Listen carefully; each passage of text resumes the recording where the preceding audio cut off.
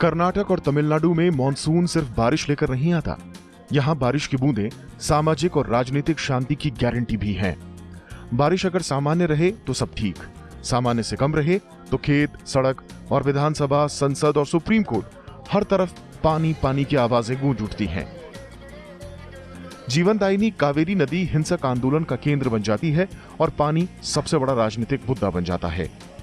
Monsoon आने में अभी थोड़ा वक्त है, मगर तमिलनाडु या कर्नाटक में फिलहाल पानी की कोई खास किल्लत नहीं है।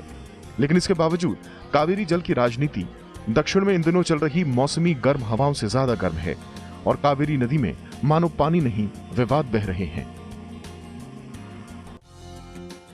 कावेरी एक अंतर्राज्यीय नदी बेसिन है। इसकी शुरुआत कर्नाटक से होती है और ये नदी बंगाल की खाड़ी में जाकर खत्म हो जाती है। इस दौरान ये तमिलनाडु और पुदुचेरी से होकर गुजरती है। लेकिन पानी को लेकर मुख्य विवाद तमिलनाडु और कर्नाटक के बीच है। ये विवाद भी आज का नहीं है और ना ही इसे हल करने की कोशिशें नई हैं। ब्रिटिश शासनकाल में तत्कालीन मद्रास प्रेसिडेंसी और मैसूर राज्य के बीच 1892 और 1924 में कावेरी जल बंटवारे को लेकर समझौता हुआ था। आजादी के बाद यह विवाद जारी रहा। इसी साल फरवरी में सुप्रीम कोर्ट ने इस पर अपना फैसला सुनाया है। सुप्रीम कोर्ट ने कावेरी के पानी में तमिलनाडु की हिस्सेदारी 192 से घटाकर 177.25 टीएमसी कर दी। लोगों को उम्मीद थी कि सुप्रीम कोर्ट के फैसले के बाद विवाद हमेशा के लिए खत्म हो जाएगा, लेकिन ऐसा नहीं हुआ। तमिलनाडु अब जल्द से जल्द कावेरी जल प्रबंधन बोर्ड का गठन चाहता है।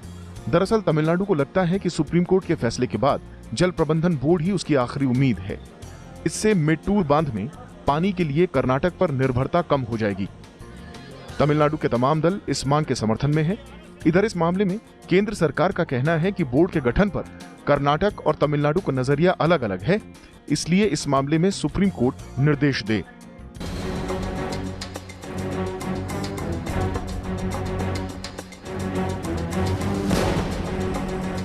कावेरी नदी कर्नाटक, तमिलनाडु, केरल के अलावा पुदुचेरी में बहती है।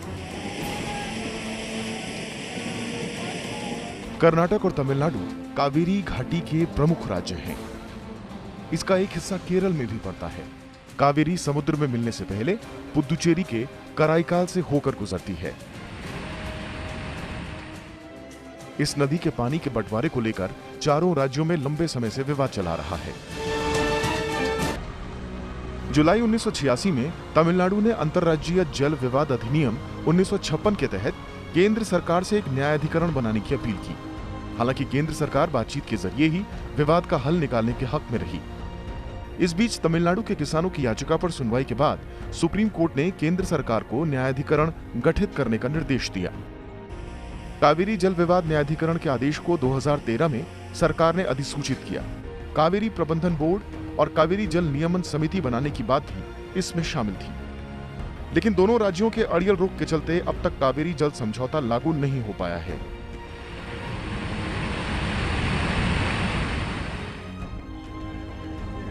ताजा विवाद की वजह यह है कि फरवरी 2018 में कावेरी जल विवाद पर फैसला सुनाते हुए सुप्रीम कोर्ट ने तमिलनाडु की हिस्सेदारी घटा दी।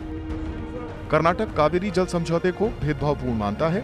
वो कृषि के विकास और नदी के बहाव के आधार पर कावेरी के पानी का ज्यादा हिस्सा चाहता है। वहीं तमिलनाडु 1924 के समझौते के हिसाब से पानी की मांग कर रहा है। कावेरी जल बंटवारे के लिए आजादी के बाद से ही कई संस्थाओं का गठन किया गया। इनमें एक ट्रिब्यूनल या न्यायाधिकरण, नदी जल प्राधिकरण शामिल हैं। इसके अलावा नियम तय करने के लिए एक नियामक समिति भी है, जबकि एक मैनेजमेंट बोर्ड का गठन किया जाना है।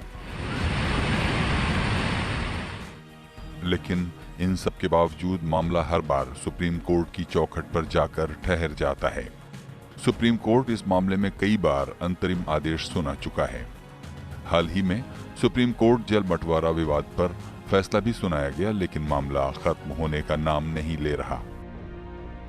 फिलहाल तमिलनाडु चाहता है कि कावेरी जल प्रबंधन बोर्ड का गठन हो जाए।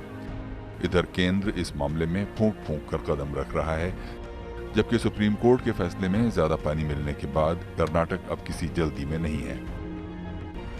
हालांकि अब भी सबसे बड़ा सवाल यह है कि कावेरी जल प्रबंधन बोर्ड का गठन इस विवाद को किस हद तक सुलझा पाएगा।